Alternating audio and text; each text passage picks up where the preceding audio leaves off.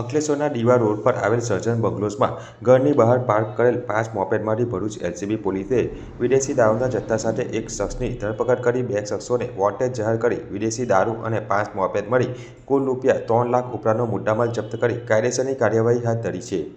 Bharuch એલસીબીનો staff Ankleshwar વિસ્તારમાં પેટ્રોલિંગમાં હતો. તે દરમિયાન બાતમી મળી હતી કે અંકલેશ્વરના દીવા રોડ પર આવેલ સર્જન બંગલોઝમાં રહેતા અર્પિત ધનેશકુમાર સુનેવવાલા તેની પાસેના 5 મોપેડમાં વિદેશી દારૂનો જથ્થો સંતાડી રાખેલ છે અને છૂટક ડિલિવરી કરે છે.